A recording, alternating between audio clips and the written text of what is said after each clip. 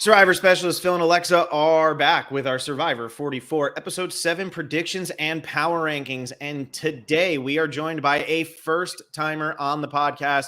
Couldn't be more excited to have Mike Turner, runner up from Survivor season 42, joining us on the pod. We've been wanting to do this for a long time. And finally, here we are. We're here and it's very exciting. Mike, welcome. What's up, Phil and Alexa? Thank you for having me. I'm really excited. It's going to be a lot of fun. We're going to do a breakdown today. I love it. Yeah. And Mike's doing something crazy. He is sitting outside in 50-degree weather, which for those of you who now know, I'm in South Florida, and that sounds like a nightmare. Yeah, well, it's not that bad. It's only about 45, so we're good. Us Jersey people, we can handle 45 pretty good. 45 is like balmy. True, in Jersey, especially in April. I don't understand. It's like 83 here, but we're also having a crazy storm, so that's why my internet keeps going crazy. But it's like 83 degrees and it's April, and that's kind of chilly right now, you know? The fact that you're having a storm in April is the craziest part. That doesn't happen. I know it doesn't. So thanks for that. But Mike, what's it been like since getting off the show? You've been everywhere. Every time that there's a party, Mike Turner is like there. He might not be hosting it, but he's there. My problem is I can't say no. And listen, to be honest with you, I'm a Survivor fan before I was a Survivor player. So now I get invited to all these great events for Survivor. I'm like, heck, I got front row seats to the greatest show in town all the time. So, why would I say no? I listen, 57-year-old, I got on Survivor. I'm living the dream, a Survivor dream. So I enjoy every minute. The fans have been absolutely amazing. We have a lot of fun with it. And you know what the truth is? You're supposed to have fun with it. So I do. Yeah, we were talking about that at the beginning of the season with Bryce and Wendell, all the parties they throw. Fair Play throws parties. It's supposed to be fun. And I think people have forgotten that. And everybody takes things so seriously, and whether it's in the game, outside the game, no matter what. And I think people forget, like, the reason we love this show in the first place was because it was real people doing something that we all wanted to do. And it was fun. It was fun to see Colby and Jerry outside of Survivor, like near each other, and wonder, what was that conversation like? So it's good to see you bouncing around everywhere and clearly having a good time with everything that's going on. Absolutely. And I get to meet the Survivor greats. Think about that. I get to see Sandra. I see Fair Play. I see them all. It's amazing. Boston Rob, Jerry Mathis. I see them all. So it's amazing for me. Is it cool to have them be excited to see you? That must be crazy. Yeah, it's very strange because, they walk up to me and they'll say, "Oh, Mike, you were great." And I'm like, Sandra knows my name. How the hell does that happen? You know what I'm saying? It's weird. It's a lot of fun. I'm very humbled by the experience because obviously not in the whole scope of the game, not many people have been on. And now I've become one of those alumni and part of this amazing Survivor family. And I get to meet all the, the people that I watch and like, holy crap, and pick their brain a little bit. Next, know what they were thinking. Yeah. Yeah, no, it's fascinating. And it feels like there's a huge gap between 40 and 41 at this point, just because of the shorter seasons. We had, kind of a reset. There was a lot of different things going on in terms of now we've only had 3 tribes of 6 and all that. So I think it's fun that both sides of 40 are still hanging out, doing things together. There's not this old school. There used to be old school versus new school Survivor, but really at this point, the first 40 seasons are kind of their own thing compared to what we've been watching. That's true. It's kind of weird, right? It seems like it's before 40 and after 40. And but the truth, the other thing is, even before 40, everybody that was on before 40, they're amazing to us. They don't make us treat us like we're new, or even the fact that we played 26 days as opposed to 39. Nobody ever makes us feel like we're not one of them, which is, is awesome, because the truth is we're all one big family and we have a lot of fun. Yeah. Now, my question is, being as huge of a fan as you were you disappointed it wasn't 39 days and it was only 26, or were you okay with it? I was very disappointed until I was on for 25 days. I said, oh, man, not so bad. Hit that 25th day, and I said, like, damn, maybe it's not so bad being 26. But I think it's 2 separate games. I think 39 days was played and differently than a 26-day season. We had to act quicker. So when people say, like, oh, who do you think was a better? It was a better to have a 26-day or 39. I don't think we can answer anything about a 39-day season because we never did it. By the same token, I don't think anybody that played 39 can answer what it was like on a 26. They were two different games. I also don't think anyone who's played 39 days had to say, something weird about how much they loved soccer in front of the entire country. So, Yeah, that's it's always been a joke with me because I'm more of a football, baseball kind of guy. And I coached football for a lot of years. And so, kids either played soccer or they played football. And I used to always fool around and say, soccer's not a real sport. Obviously, it's a real sport. It's one of the most popular sports in the whole world. But I always had fun with it. And when they said it to me, and it just happened to be my phrase had something to do with soccer, how great it was, I thought it'd be pretty funny for me to say soccer's not even a sport. Mm-hmm. But the soccer moms were pretty rough at the time. But I loved it. The truth is, I think doing these shows and being on TV is about not only entertaining, but, stirring emotions. And it got a lot of emotions stirred. And quite frankly, I didn't take it to heart, and I fooled around with it. I filmed them a video with a young girl, a friend of mine, pounding me with soccer balls and me admitting soccer is a sport. I think it's hilarious. You got, knowing that you're not a soccer fan, you got that clue. You were the one who had to say that. Yeah, that's exactly what I thought. I said, what the hell is wrong with this? But so what are you thinking about 44? What's it like now that you're sitting down, you're watching it? You watched 43, so that season's in the can. That was after you played. What's it like now that you're a full year removed and you're watching 44 take place? Well, when I first got out, my biggest worry was to watch Survivor and not see it through the same lens that I saw it prior to me being on. Very nervous because I enjoyed the show so much.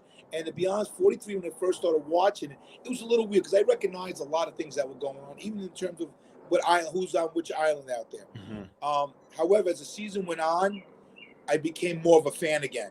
And, with 44, it was even more because I'm a season removed from being on. It's over a year since my season premiered, and now I'm watching it with the same enthusiasm as I did as a fan. And the notoriety is slowing down a little bit, so I'm almost forgetting that I was on Survivor in a way. So I'm enjoying. I love the cast. I think it's entertaining. I think it's exciting. They're putting on a good show, and that's what we want. Yeah. Go ahead, Alexa. I was going to ask, who are you rooting for right now? Who's the 3 or 4 players that you really like? So obviously, I love Carolyn. Carolyn, I can watch her all day. But that's the easy choice, right? I love Danny. Danny's a New York City fireman. I love his antics. I think he's a lot funnier even that you see right now. Just still doing his little flips and his Ninja Turtle stuff, and he's playing, and he's also playing a good strategic game. And me being Puerto Rican, I love Yam Yam. I'm having a lot of fun with him, but he got me even right from the previews. I just thought he was going to be amazing, so I like him a lot. Those 3 are my favorites right now. Yeah, good group of 3. And yes. Now my question: pick somebody else, but those are my favorites. And it makes sense, right? I think it'll be fun when we talk about in the ranking what's going on with some of these players, because there are a lot of people who are really getting edited, and there's a lot of people who you're like, I don't know them as well yet. But I wanted to ask you about this before we get into the ranking real quick. You were 57 when you played. You made it all the way to the end, and a lot of people thought you were going to win, and Marianne pulled out an amazing final tribal. The next season, Gabler at 53 or 54, whatever he was, goes out and wins the game. Now, there's no 50-plus-year-olds on season 44, so it's hard to make the comparison there. But what do you think in this new school era is actually benefiting older players? Because we weren't seeing deep runs by players that old, over 50 years old. We weren't seeing runs like that. I think that the older players that are coming on now, for the most part, understand a little more how the younger players may think. And we don't go into the game thinking we need to be their father. We need to be their leader. We need just to be one of them, to be on a team as opposed to running the team. I don't want to be the coach. I want to be part of the we team, not the me team. So I think that helped me out a lot, and it seemed like Gabe did the same thing. I can only speak for myself. That was my game plan going in, that I wasn't going to be the guy who tried to tell the young kids how to live their life or tell them they should clean up their room or their area that we were in. I just did what I thought was best so they would think they needed me, and made myself just feel like I was one of them as opposed to being separate because I was older. Yeah, it's just been fascinating. And then this season we have only three players who are even over 40. Two of them have now been medevaced.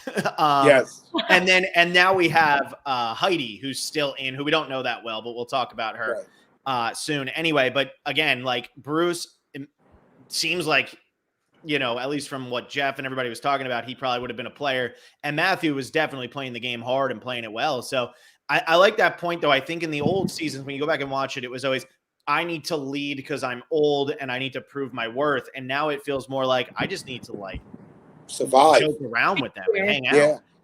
You think about it, you just want to survive those first few episodes where older people are normally targeted because it's an easy target. You don't know everybody. You pick the person that's different, and sometimes it's the older person. And so you just want to hang out there and be needed. As long as they think they need you, they're going to keep you around for another day. And that's all you're looking for. Survivor changes quick in 24 hours. Mm-hmm. Yeah. And especially when there's barely days between votes nowadays. Very true. Yeah. It happens quick. All right. Well, the way we do this is we start with 1, which is your safest, and we work our way back to 11. So we'll go one at a time. Who's your number 1? Who's your number 2? So we'll do it that way. But I like to put you on the spot first because you're the guest. So who do you have as the safest person this week? Doesn't necessarily have to be who you think is going to win, but just who you think is the safest. Okay. This is not my winner pick, but I think the safest is Danny. Danny has never been brought up. He's very strategic. People like him. I also think on Survivor, humor is a huge asset. And he seems to have fun and make people laugh, and they smile around him. I think that keeps you around a lot longer than people think. And it doesn't make you seem like a threat.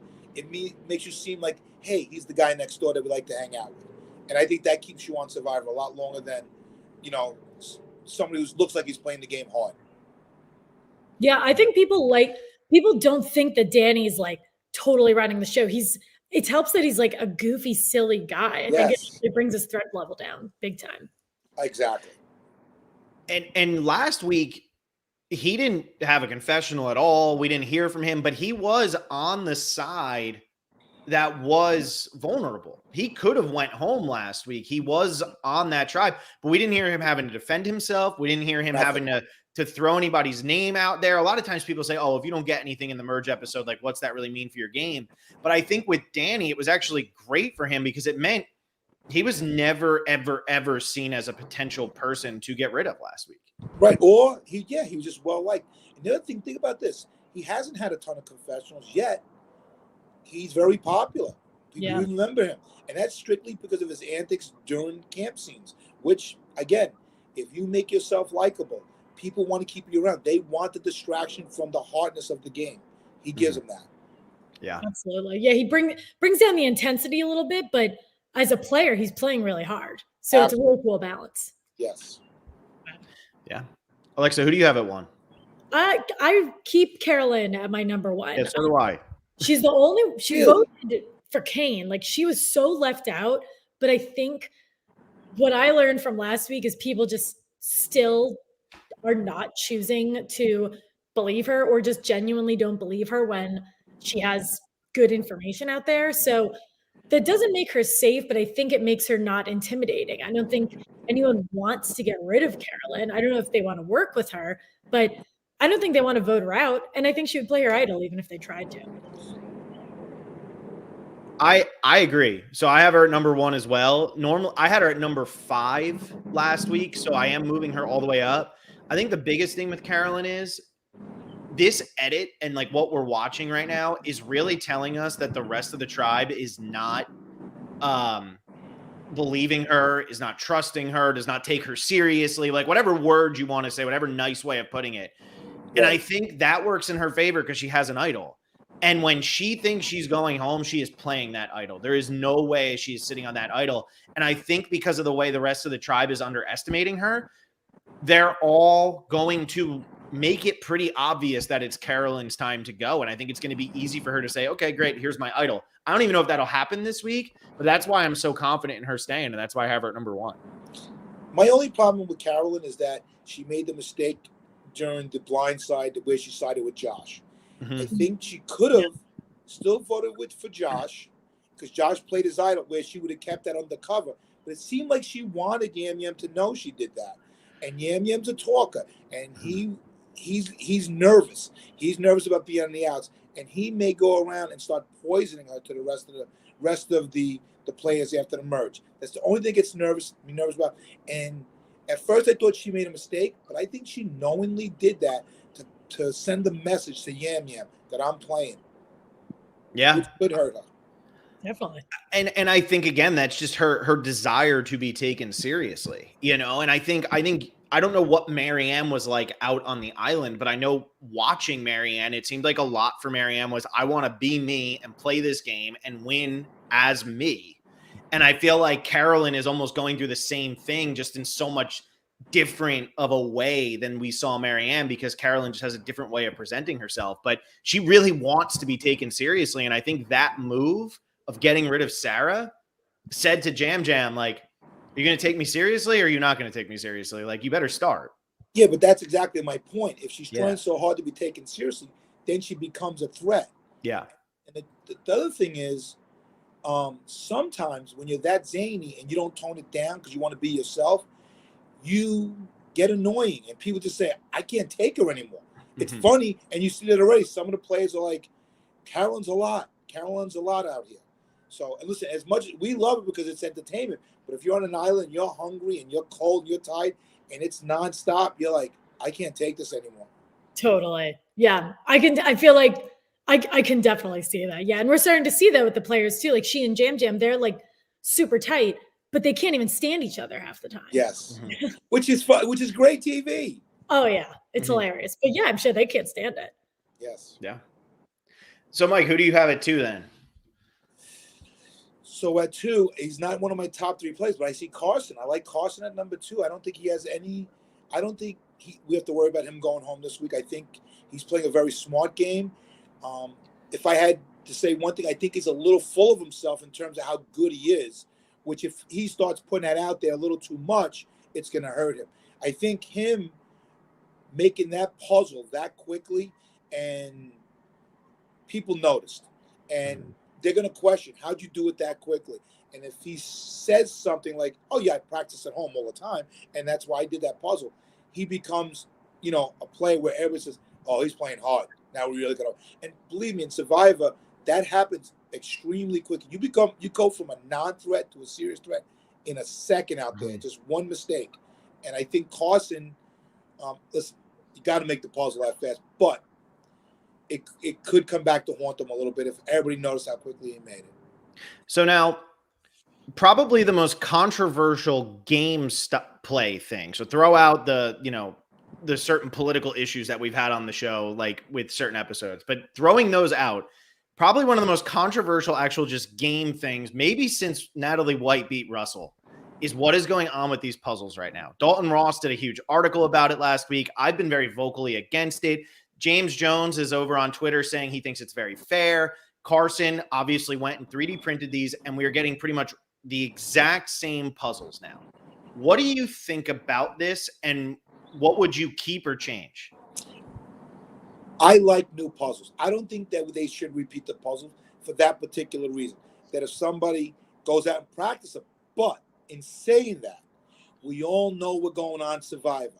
If you can't make fire and you don't at least look up the puzzles that I've done on previous episodes and practice those puzzles, then shame on you. You have nobody to blame but yourself. You can't blame Carson, but personally, I don't want to see anybody know the puzzle because they practice it. I want them to put new puzzles. Even if I went and practiced every single puzzle that Survivor ever put out before I went on, I would still want new puzzles because, quite frankly, you don't want somebody having an advantage to do it quickly. I want to see the struggle. I like the struggle.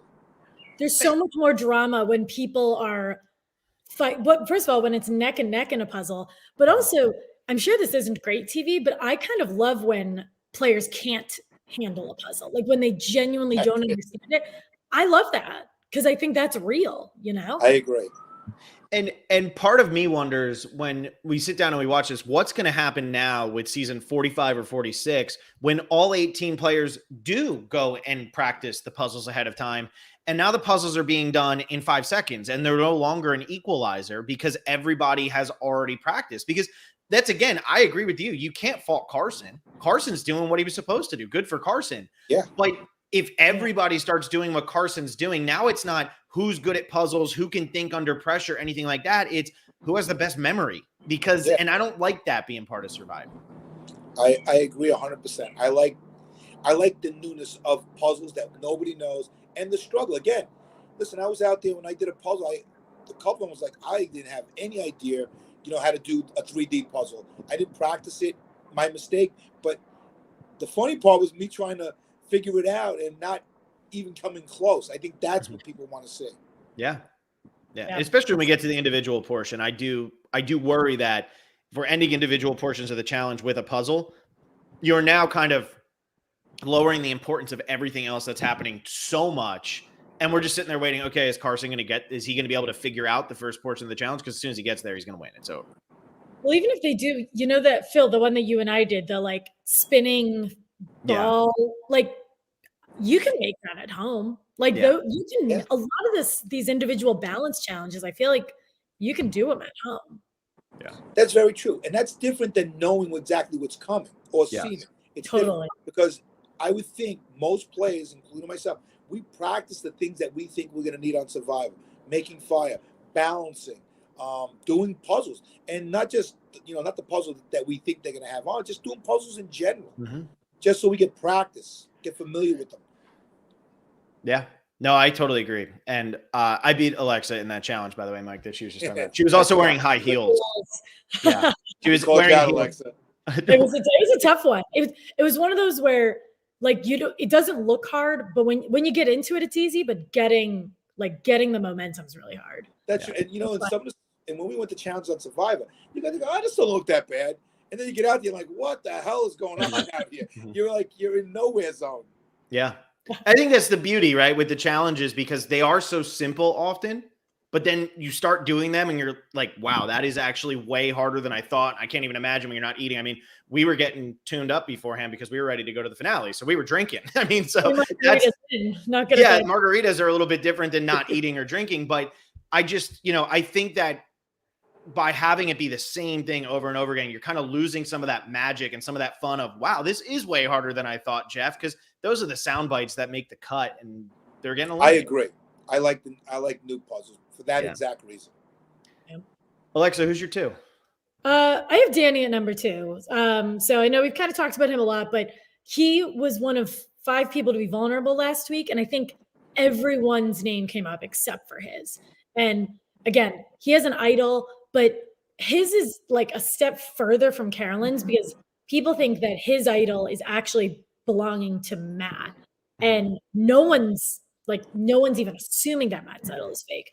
So I think Danny's in a fantastic spot. He also very well could win some immunity challenges depending on what they're going to be like. So I think Danny's totally fine.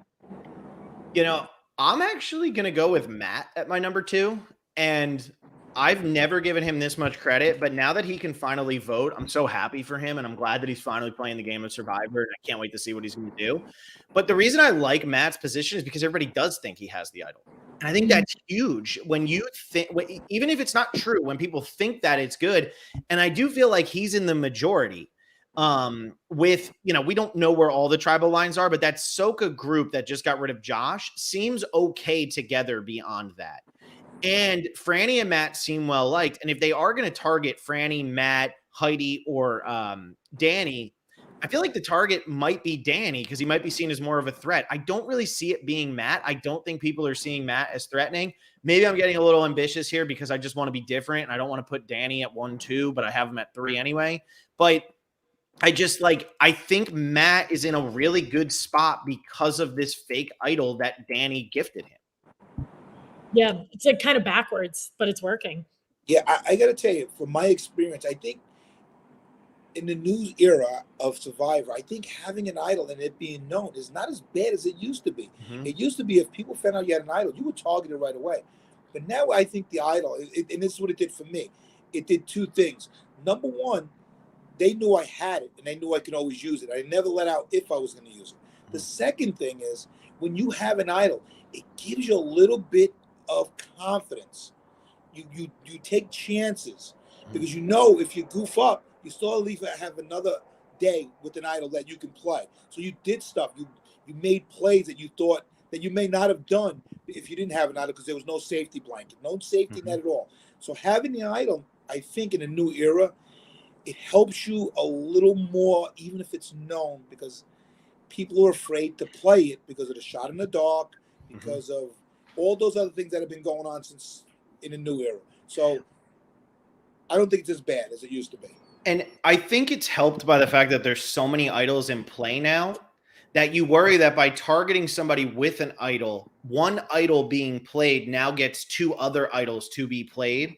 And now are you going to get a straight bullet here? Like, are you going to be the one who gets 1 vote like we saw Maddie in episode 1 and go home? Because with the shot in the darks, with the other advantages, we don't know. They don't know that there's not a knowledge of power out there. We know that, but they don't know that. They know about Lauren's extra vote. We saw her talk about that, but they don't know everything that we know. And I do agree with you that it used to be, let's flush that idol as quickly as possible and we'll take out the number 2, right? Like if we can't get, Terry, we'll get Nick. So let's move on. You're not doing that anymore. Right. The other thing is, if you know who has the idol, you know where the idol is. Yeah. That's almost an advantage in not knowing if it's flush, it gets re-hidden. Now somebody else has it. You don't know who has it. So sometimes the advantage is knowing and keeping that person in check with the idol. It's a really good point that now they just rehide it every time. So you'd rather just know he has it. Great. We can't vote him out, but that's okay. Worry about him. If we have to worry about him in the final 4, we do. Especially if you're not targeting him. I like that. I never really thought of it that way. And then I had Danny at 3, which you both talked enough about Danny. I like Danny's spot. I think he's sitting pretty, but Mike, who's your number 3? My number 3, I'm going to go with Franny, mainly because she has a number 1 in Matt, who is gaga over. There's no way he's betraying. Number 1. Number 2 is she seems like she's well liked, and it seems like for some reason some other players don't look at Matt and her being a threat, being a solid duo. And so I think she's safe. I think she seems innocent. I don't think people think she's playing the game as hard as she's playing, and I think she's liked. And she absolutely has at least one vote, one person who's not going to vote or push her name out. And if he does hear it, he's going to go back and tell her. And we saw Jamie let her guard down already this season, telling Franny to get rid of Matt. And Franny's like, that's my guy. And I think it could go the other way at any point during the season. It's very helpful to have. Absolutely. Yeah. I have Franny at 3 and obviously Matt at 4. They belong right next to each other. But I think what you said is completely correct, Mike. I think there's no, people aren't intimidated by them. And I'm wondering if they, if it was Danny and Stephanie LaGrossa out there, the 2 big challenge beasts, would people be as okay with them? But I don't know. I think maybe because they're silly and goofy and doing the nerd thing, that maybe lowers their. Yeah, I think, that's a very good point. I think that if they were challenge beasts, they'd be much more targeted. But I think it's like in high school, and you see the fun, happy nerds that start dating. Everybody's happy for them. I actually think people are happy for them. Say oh my God, they found somebody. And listen, I was a nerd in high school too, so I love the nerds. So, but I'm happy for them in a way. I'm happy for Matt. I love that Matt's, he's Google over her, and he's not afraid to say it, and it's cute. Yeah, it's cute. I love them. And like you said, I think Franny's playing a really good game. She's also, maybe when there's 3 tribes doing a challenge, you don't notice as much, but in that Earn the Merge challenge, she scaled that wall without even thinking. So she's kind of a sneaky challenge beast too. Speaking of that, did you see Carolyn reach down and pull, I forgot who she pulled up. She pulled up with one arm. Yeah. Crazy. Yeah. I was like, well, look at Carolyn. She's much more physical than she gets credit for also. Absolutely. That challenge gave a great meme too, and I like to give memes credit, but I don't know who made it. But that meme of first one to the top gets to date me, and it's Matt sprinting while Franny's up there reaching down. That's pretty funny. Yeah, that was great. That's pretty funny. I didn't see that. But yeah, I think with Franny and Matt, we haven't seen a real showmance in so long that I think people overreacted to them so many times because of Rob and Amber that now they're maybe this isn't as big of a deal. I argue it's actually not that bad because if you can get the final 4 with them or final 5 with them, you no longer have to vote one of them out because it's not like you're going to a final 2. So I actually think there's a lot more wiggle room with the Showmance if you're in with that Showmance. Yes. Yeah. By the way, I still don't get the Showmances. It's disgusting out there. It really is. But I don't. You know know. better than we do, but it's. I've always wondered that too. Suri, right? Who had the confessional about like your first kiss and your breath smells so bad and you smell so bad. Like so bad. Do you notice, is there a point where like you all smell bad, so therefore no one smells bad, or is it not like that? Well, first of all, nobody smelled bad to us because I guess we're in the dirty room. In the dirty room, nobody really realizes how dirty it is because you're in there. But nobody smelled bad. And I think the fire neutralized the smell a lot more. Good point. Yeah. So no, nobody smelled bad to us anyway. I'm sure you actually have the that ocean. game, they were like, ugh. Yeah. At least you all have the ocean. I think about those other seasons where like they'd be by a river or something and like they couldn't go in, or Guatemala or whatever, and they just reeked. I can't even imagine what that was like. But. Yeah, like when you see them exfolliating with sand, I'm like, that must be nice. That feels good. No, that wasn't fun at all. None of that was fun. I don't know, man. None of that was fun. I love it. Who do you got it for, Mike? I'm gonna go with Yam Yam. Mainly because I like him a lot. I think he's going to be good. I was thinking about Matt maybe next, but I'm going to go with Yam Yam. I think again, I'm a big humor guy. I think he's funny. I think people don't take him seriously because he's a little zany. I think people think they can carry him along. I think he has a way of making people think he's they're his number one. And I think that's going on with a few people out there because he's likable. So I also have Jam Jam at 4. Because you played with her, does he remind you at all of Marianne, where he's just not being taken as seriously as a real threat in the game? I think Yam Yam's playing hard. I'll leave it at that. I love it. We had so much honesty for so long, and then no, I do. That's why I have him at number 4 though, because I think with him, he's in such an interesting position where he's playing the game. But if he didn't have Carolyn, he'd be the most underestimated person on this season. But because Carolyn's there, she's being more underestimated. I don't think nobody's brought up Jam Jam as like he's going to win. It was more of we need to get rid of just like this kind of player. I don't even really know why his name came up last week. I guess just because that's who Josh wanted and they need to pretend that he was going to go. But true. And if you think about it, Carolyn is sort of an advantage for Yam Yam. Because if Carolyn's not there, Yam Yam is the one that stands out as the zany person. Well, and you said it at the beginning of the game, older people, zany, whatever it is, whatever the reason is, you just don't want to be the one who sticks out like a sore thumb. He should have, but because of Carolyn, he's not. And that is interesting. That's like his meat shield. His meat shield is Carolyn. In the beginning of the game, remember, we don't know each other at all, obviously, until we get on the island. Once we get on, we still don't really know each other. And you're voting somebody off within 24 hours. You're just looking for the person that everything's is different and say, you look at each other and say, how about this person? So if you are different, the best thing that can happen is that you don't go to tribal for the first or second tribal, because then after that, people get to know you, and then at least you're going on what people know, as opposed to people not knowing the same. We got rid of them.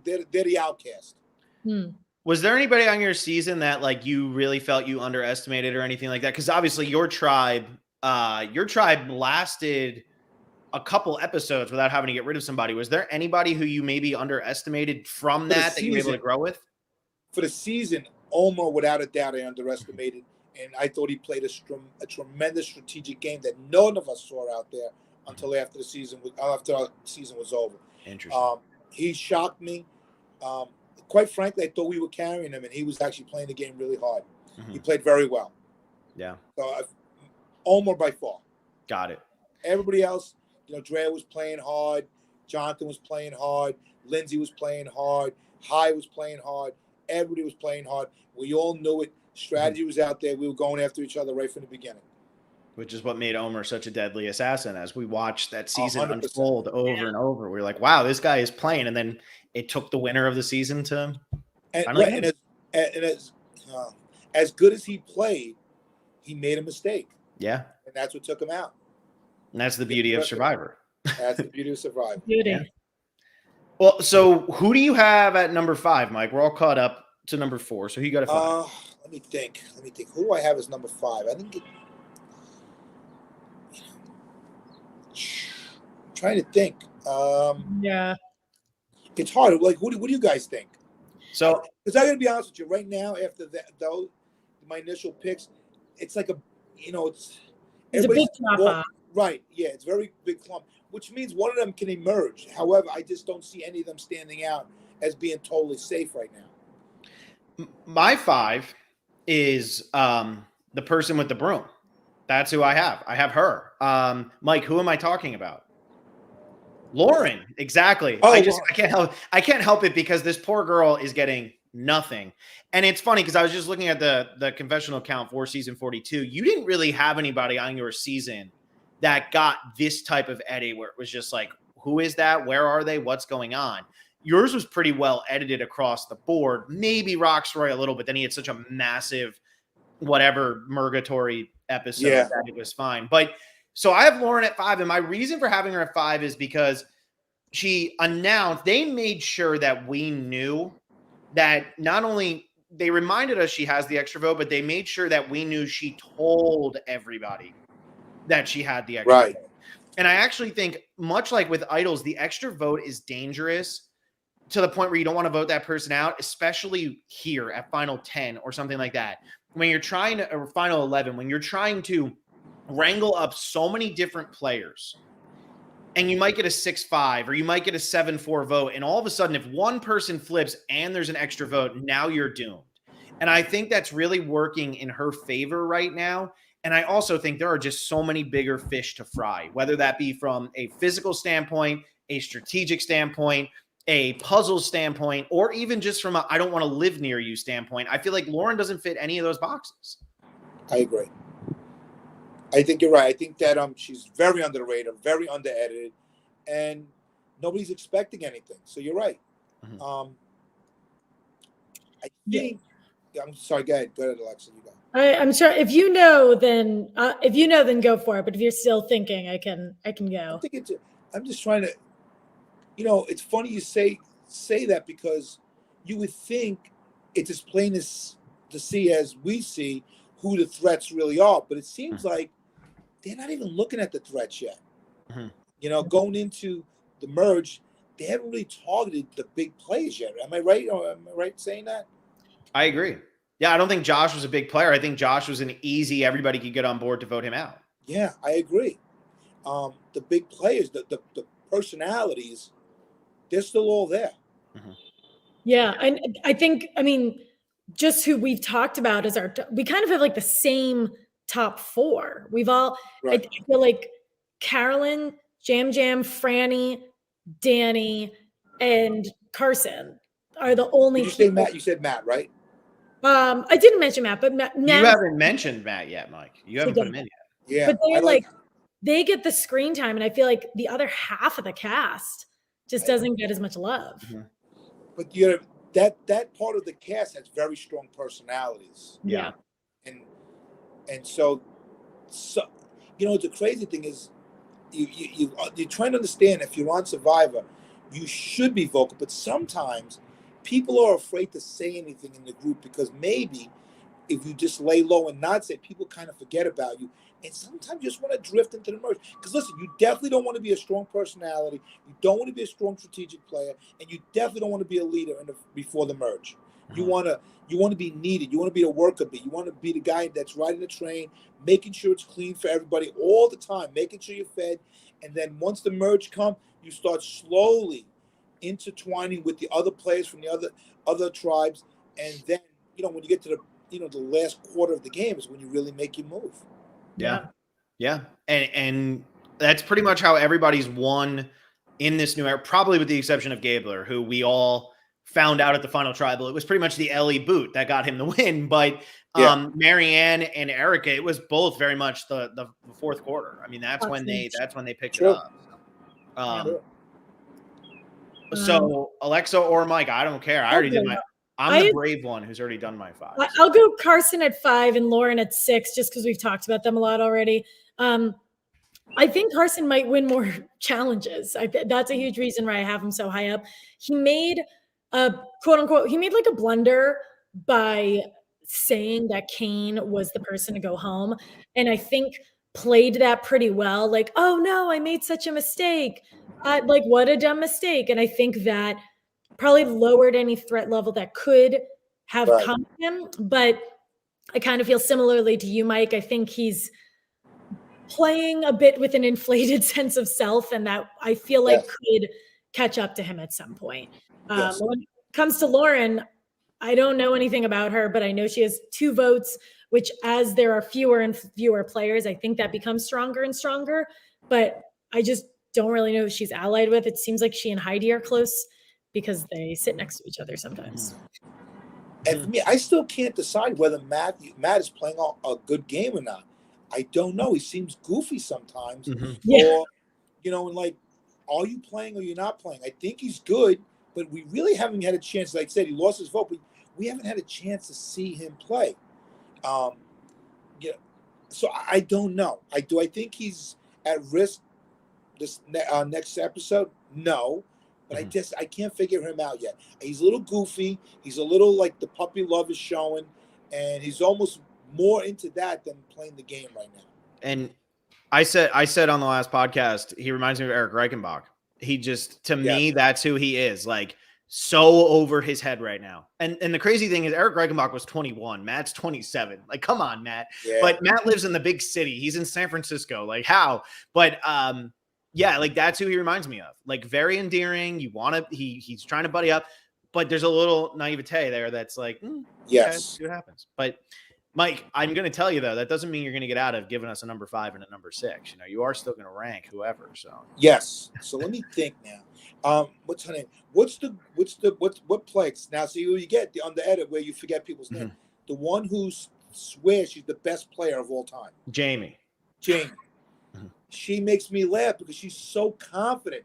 And then she'll ask a question. Like you said, Jamie's the one that went to Franny and said, hey, we should get Matt out, right? But she swore she knows everything. She's the MVP of the game. She's set up for a big down. Like, listen, that arc is going like this. It's gonna come down. But I like her because she's entertaining, and I think people realize she thinks she's smarter than what she is, and she's not a threat. So I'm gonna go with her. I'm gonna go with Jamie. Yeah, I think. Okay. I mean, do bring up a good point. Like she thinks she's a threat, but maybe others might not. So she could be safe. Yeah.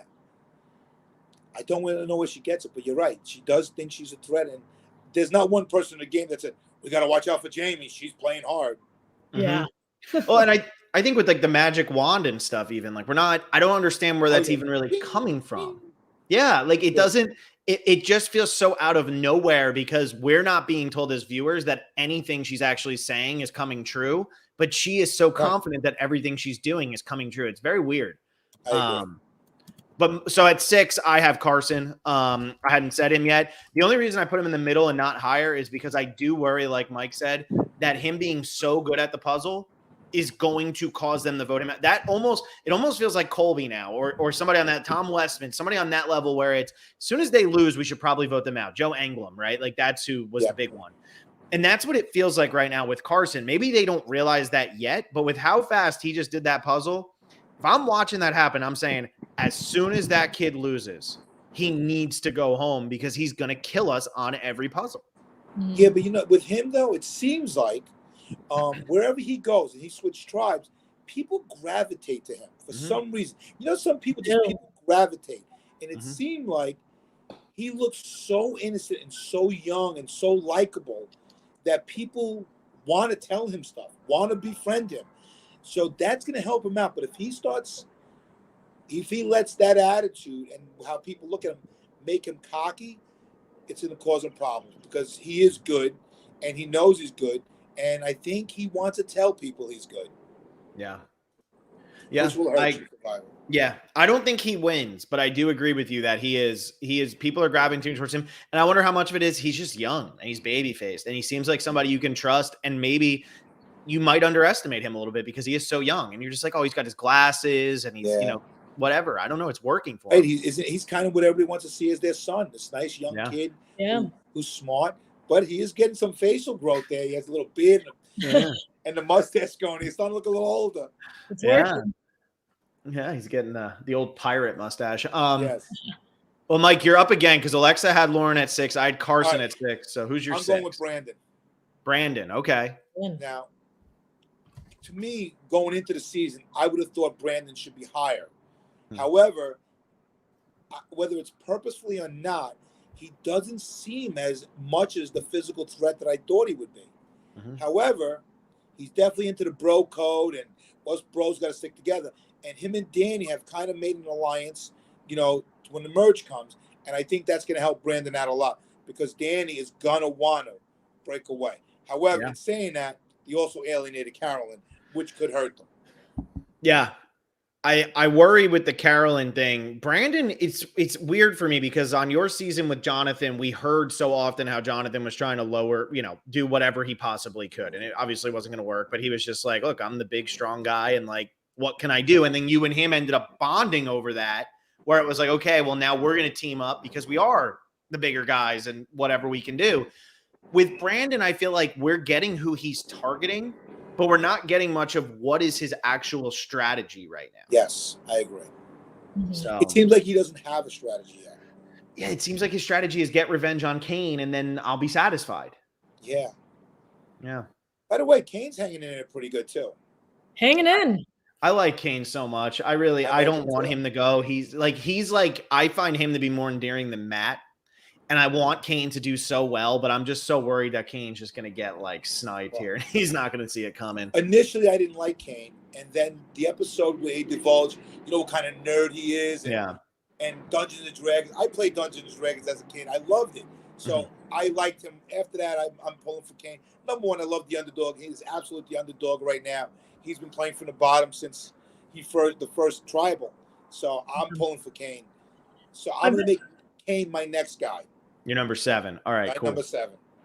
Same here. And I think Kane's kind of has that same thing.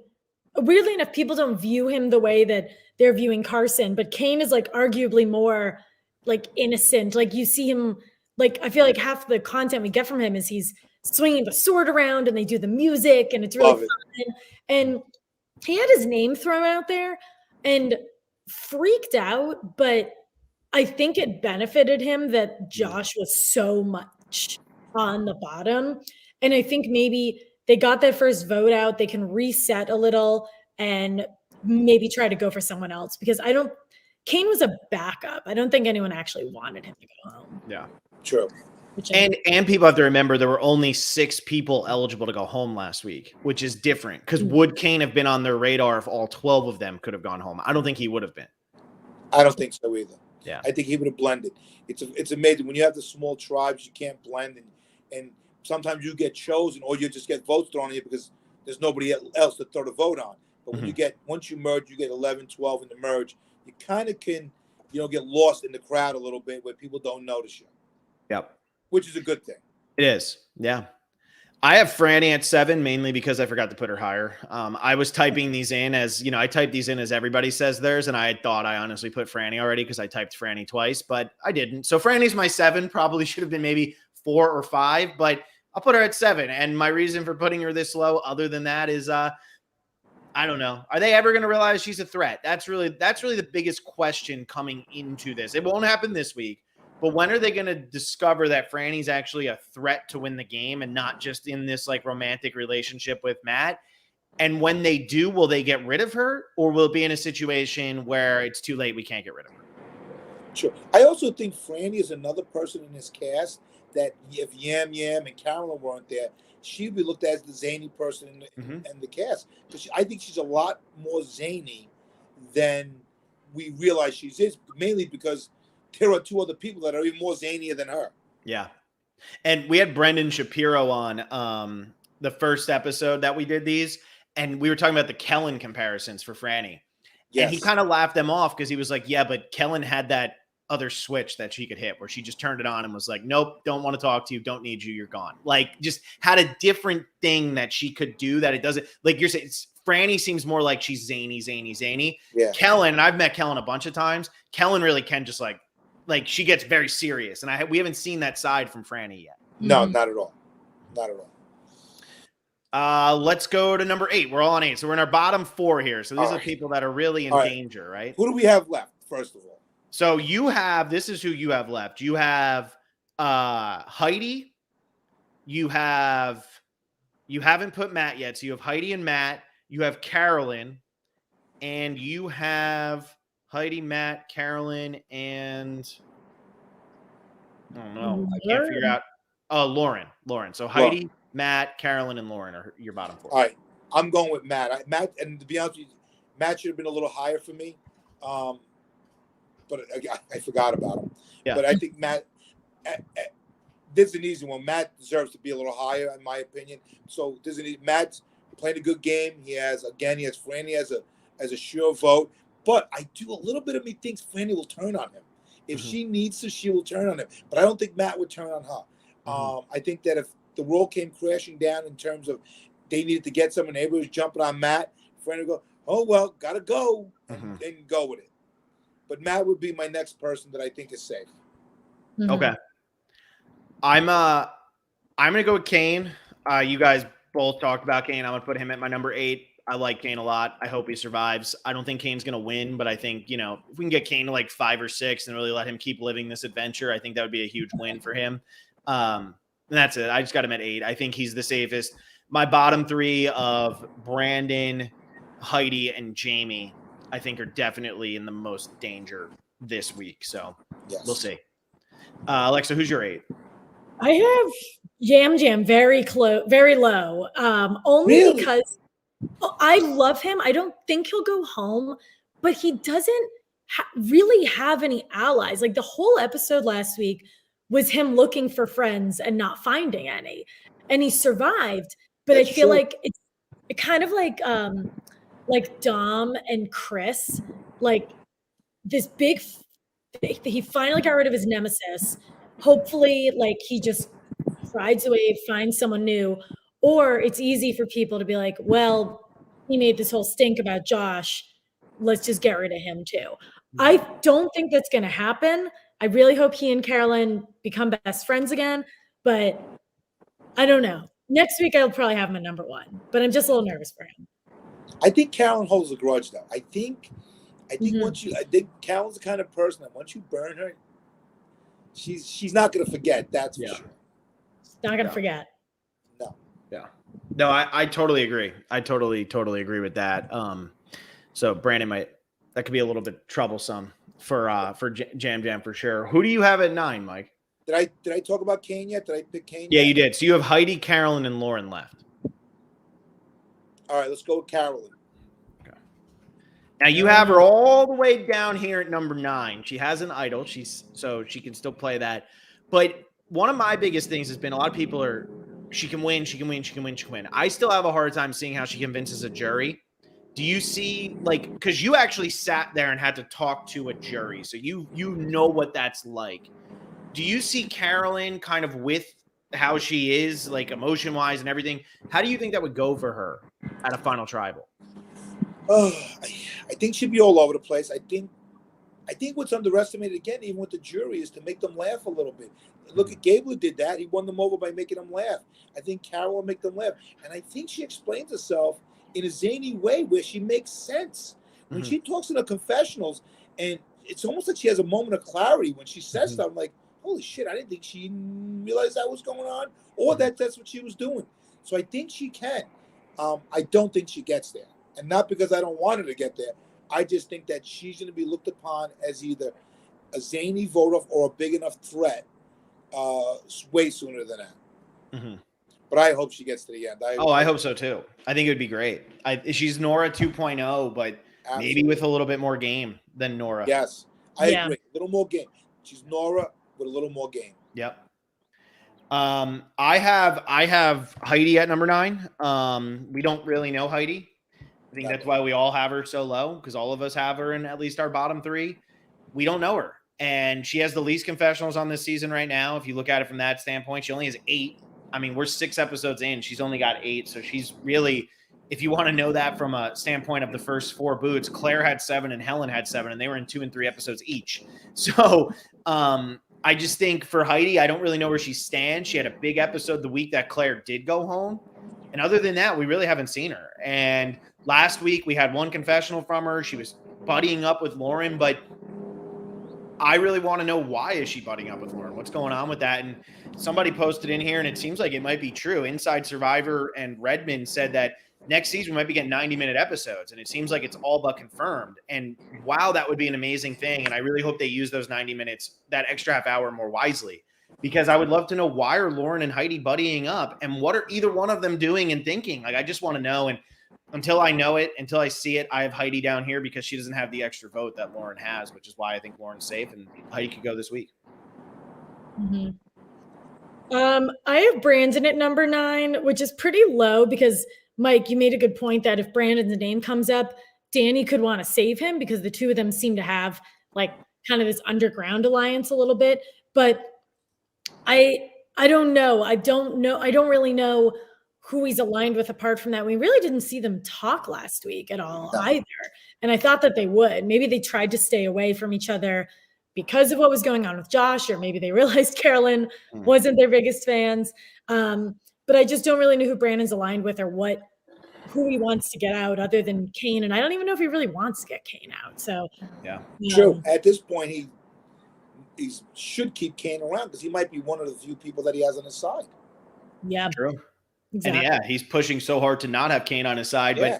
But when Kane came up to him and said, "Hey, like, who's gunning for me?" He went up to Brandon and asked that question. And Brandon answered it well, to a point where Kane wasn't like fighting with Brandon. So Kane clearly trusts Brandon a little bit, which also is why I think Brandon, and I'll spoil the end of my power rankings here. I have Brandon at 11 because I think Brandon is so honed in on somebody he doesn't need to be honed in on. And I think that Carolyn is pissed. Mike, you said it. I think she doesn't forget. She might forgive. I don't know. We haven't seen that either. But I don't think she forgets. And I think Brandon pissed her off. I think Brandon is so focused on Kane that he's letting other things pass him by.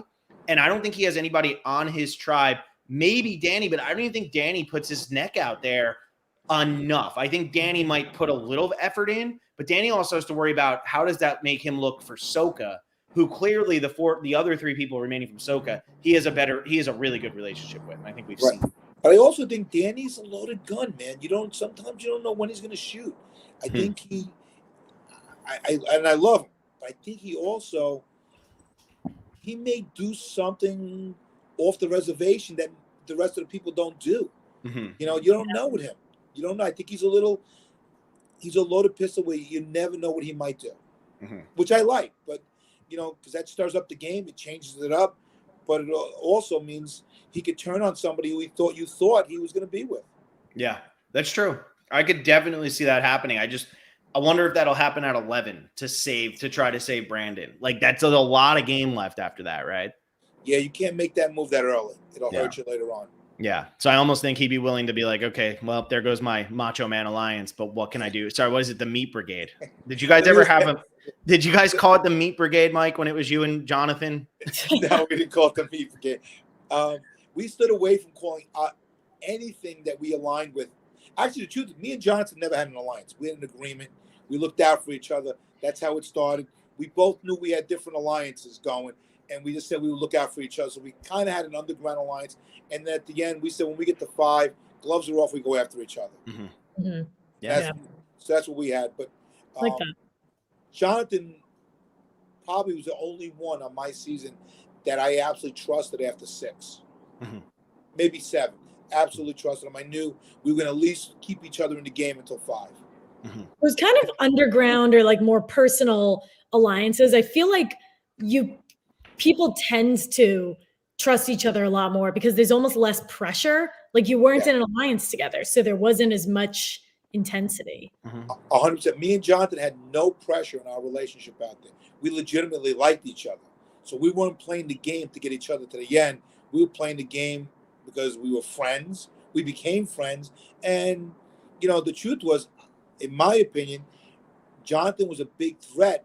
And as long as he stayed in the game as that physical threat, I always had him as a shield. And he thought the other way, where I was such a social threat that as long as he kept me in the game, that he would be safe, that they'd be looking at me, which was very smart for both of us to do.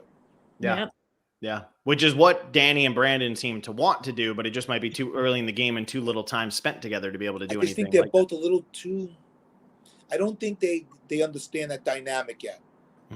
Yeah. It's a weird dynamic to do that and walk away. Me and Jonathan literally would walk away from each other and not talk strategy and know that we were okay with each other.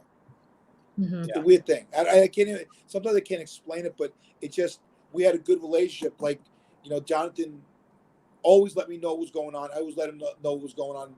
So we kind of told each other what was going on in each other's alliances because we trusted each other as long as we were looking out for each other. Yeah. Okay. So I had Jamie at 10, Brandon at 11. Alexa, who's your 10, 11? Heidi at 10. I think Jamie is probably someone who could go home this week. Heidi, I don't know a lot about, so that's why I have her low. But Jamie has that overconfidence that is just like waiting to get blindsided, And she's going to whip out that idol, and Jeff's going to say, this is not a hidden immunity idol. She's going to freak out. I see it happening. So I can't wait. It's gonna be great. Can't wait. I know. Exactly. That's the one that I don't know how I feel about like the production made fake idols, but they're certainly making for a lot of like egg on your face moments, and like those are always exciting. Yeah, I actually think I love the fake idol. I love more when players make fake idols. I don't think there has been as many fake idols over the last few seasons, especially in the new era, that there have been in the past. So maybe that's why production decided to say, hey, let's push them a little bit to do we can introduce fake idols, which I absolutely love the idea. Love it. Yeah, I think fake idols are great. And I know people have been a little down on the fact that production's making them, but it's one of the few things I haven't complained about with production this season. So I'm just kind of like, I kind of like them. I think it's fun. I think with the cage, the bird cage, you don't really have a choice but to have the fake idols. Right. And just to be clear, as a fan, I love it. If I'm a player, I hate it a lot. Yeah. Because now, if we go back, you have to worry. Even if you find an idol, this is a fake idol we found or not. Yeah. Now you don't even know if you have an idol. Yeah. Yeah. It's almost like an advantage in the future is going to be like, or you go somewhere, one of your rewards is going to be finding out if your idol is real or fake. Like that's going to be something that people want to know, and you get it to be confirmed, or like you get a list. Yes. I mean, there's a reward in the future. You get a list of how many real and fake idols are in the game at the moment. Yeah. Like this way, True. Yeah. Crazy times. So Mike, you're ending it out. You have Heidi and Lauren as your bottom two. Who you going 10? Who you going 11? I'm going to go Heidi and then Lauren for the same reasons. No, and to be honest with you, I don't know much about them. They haven't been edited that much. So they haven't been on my radar. And let's face it, the top 4 or 5 personalities have been taking over the game in terms of entertainment. So I've been paying a lot of attention to them. Now, I couldn't agree more. Of course. Yeah, I completely agree. What do we think before we end this thing? What do we think this twist is going to be? We had Jeff say last week in the next time on where he goes, you'll have no control over who goes home or something like that. Any idea what we're looking at here? I have no idea. I don't like to guess. And I'll tell you why. It's because I like to be surprised. I would hate it if I was right. I don't want to be right. I want to go in and be the fan and say like either, oh my God, that sucked, or I go, oh my God, that was amazing. I love that part of watching it. Mike, you are me, because that's how I felt when Gabler won last season. I was like, oh my God, that was the most amazing thing ever. And everybody was like, that sucked. It was never just, and I was like, no, it was amazing because I had no idea that he was going to win, even though I kept saying he had a chance. But even up until that last vote was read, I was not confident in it. And I loved that moment. I thought it was amazing. Absolutely true. I'm like, in the middle of the season, I'm saying, wow, this guy Gable ain't doing nothing, man. This old dude's bad. And, he was, like he said, he was a sniper in the night. No, the best snipers are the ones that are not noticed until it's too late and they kill you. Absolutely. Well, Mike, before we let you go, the big question is, who do you think is actually going to win the season? Who do I think is going to win, and who do I want to win? We can do both. I want Danny to win. Mm-hmm. I think he's a good player. I think he's a fireman. I think Carson's going to win. I like Carson. I think he's going to pull it out. I really think he's in a. People like him. They gravitate to him. I think that was one of Cerie's biggest assets, is that people liked her. Yeah. And when people like you, they want to keep you around. They in a game where there's little comfort and you get to have somebody that you like around, it's comforting. It makes you feel safe. Mm-hmm. Absolutely. Yeah. And I mean, when I'm looking at it, I'm with you, Mike. I go Jam, Carson, Danny, Franny. Like, those are the four that stick out in my mind right now. And then Matt is a big focal point of this season, but I just don't think Matt can actually pull out the victory. Same with Carolyn. They're both big focal points, but I just don't see them pulling it out. Those other five, though, I just don't see it. The five I didn't mention there, I just don't see it. Yeah. I agree. And if any of them win, I'd be happy. I like them all. So Totally. There's nobody, and the truth is, there's nobody I dislike in this season. There's sometimes you get a scene where you're like, oh my God, I can't stand seeing them on TV. Mm-hmm. But there is nobody this season. I like everybody. Mm-hmm. That was very, very, very political answer. Mike's already prepping for whenever Bruce plays again. Mike's like, I better be called for that season. And I love all of you. Yeah. What's going on? I love all of them. Yeah. Listen, you never know. I might be playing with one of them again. So I have to be politically correct. They'll hold it against me. Yeah, absolutely. Right there. I remember what you said that one time. Yeah, you went on that one podcast, and I'll never forgive you. April 10th, 2023, Mike. I'll never forget. And trust me, they all listen, and they all know what's being said about them. That makes me nervous and happy at the same time. But yeah, Mike, you got anything else you want to add here at the end? No, I'm good. It was a great time. I really enjoyed this. I like. You know what? This also helps me when I watch the show, because I almost talk out loud about how I feel and what I think, and it makes me watch the show even more and enjoy it more, because I'm more into it, to what other people think about it, or the players. And so it makes me more aware and say, oh, shit, that's right. Yeah. Well, Mike, it was awesome having you on. Would love to have you on again. I hope it's not too cold. You did spend like an hour and a half out there, so not bad. Seemed like you're doing just fine. Jersey boy, we can handle this. Exactly. I used to be able to, and now I am a baby. I can't. Today, spoiled. Today in New York, it was like 71. It was amazing out today. Nothing like a 70-degree day with the sun out. Nothing. Unbelievable. I could add that up to 85, and I totally agree with you guys. That's nice. No one asked. We'll be back Wednesday right after the episode, 9:05 Eastern time, to talk through the recap. Mike, again, it was great having you back on. No, thank you, Phil. Thank you, Alexa. I really appreciate it. A lot of fun, guys. Good stuff. It was great. Also, last thing, patreon.com/Survivor Specialist. Don't forget, that's the best way to support us. And we'll keep on making good content. Thanks, Mike. We'll see everybody later. Bye, everyone.